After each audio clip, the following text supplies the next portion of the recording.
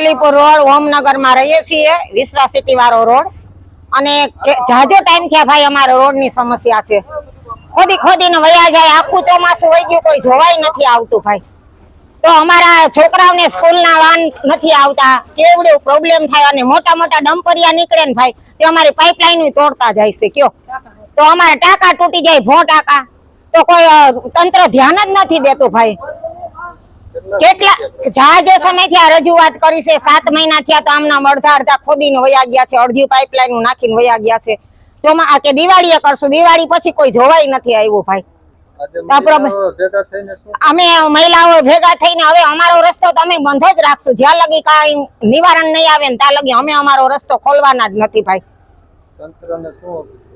તંત્રને ઈ જ અપીલ છે કે અહીંયા આવીને ખાલી આટો મારી જાય ને જોઈ જાય ને ભાઈ, તો જ એને ખબર પડે ને ભાઈ કે આ રસ્તાની હાલત શું છે।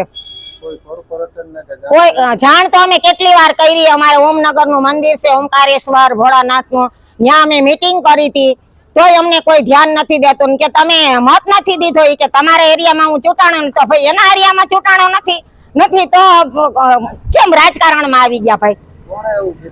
એ તો જે આ વોર્ડમાં હોય ને ભાઈ। મારું નામ જયદેવ ગાજીપરા। આ રસ્તો 2-3 વર્ષથી આમણમ જ છે ખરાબ, ને કાયમી માટે ખરાબ છે। ગાડીઓના મોરા બોરા બધા પેટના દુખાવા થઈ ગયા, પણ કોઈ તંત્ર આને કોઈ ધ્યાનમાં લેતું જ નથી। અટાણે અમારી ગાડી પડી, જોઈ લ્યો, 2 વાર મોરો ને 2 વાર પંખો બદલાવ્યો છે।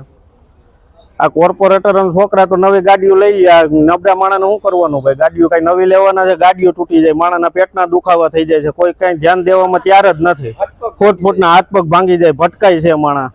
કોઈને અડધો રોડ કર્યો, અડધો રાખી દીધો એમાં। હવે આમાં તમને કોઈ રોજ આવર જવર એટલું માણસ કરે છે, કોઈ ધ્યાન દેવા તૈયાર જ નથી। ગાડીઓ તૂટી જાય છે, આ જોઈ લો, તમને ગાડી બતાવવા પંખો 6 મહિનાથી ભાઈ આ રસ્તો બંધ છે, ગાડીઓ વાળા લોકો આમાં હેરાન થાય છે। રિક્ષા, સ્કૂલ બસ કોઈ વસ્તુ આવતી નથી, છોકરાઓ નાના ચાલી શકતા નથી, વૃદ્ધ માણસો અહીંયા શાંતિથી નીકળી શકતા નથી। આપ હવે ફટાફટ આ રસ્તાનું કોઈ નિર્ણય લો એવી અમે સહકાર આપવા વિનંતી કરીએ છીએ। આ એરિયા નામ બોલજો બેન। ઓમનગર ખલીલપુર રોડ, ઓમનગર વિશ્વા સિટી વાળો મેઇન રોડ છે।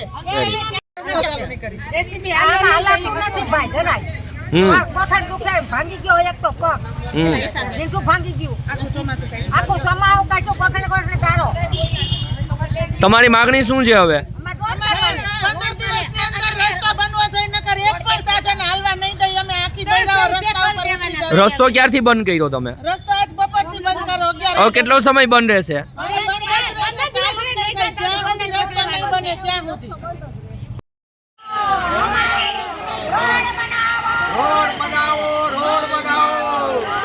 हमारी मांगे पूरी करो वरना रोड बंद करो। हमारी मांगे पूरी करो वरना रोड बंद करो। આ બેન, તમે આ રસ્તામાં કઈ રીતે હેરાન થાવ છો, ખાલી જણાવજો ને। હેરાન થઈ ગયા, અમારા ઘરવાળા ગાડી હાકી નથી હોતા આમાં, એને ટાઈમે જમવા તો જમવાનું કેન્સલ કરે છે આ રસ્તાના હિસાબે। બધાને હેરાન થાય છે, છોકરા ગઈઢા માણસો હાલી નથી શકતા, વૃદ્ધ માણસો બિચારા।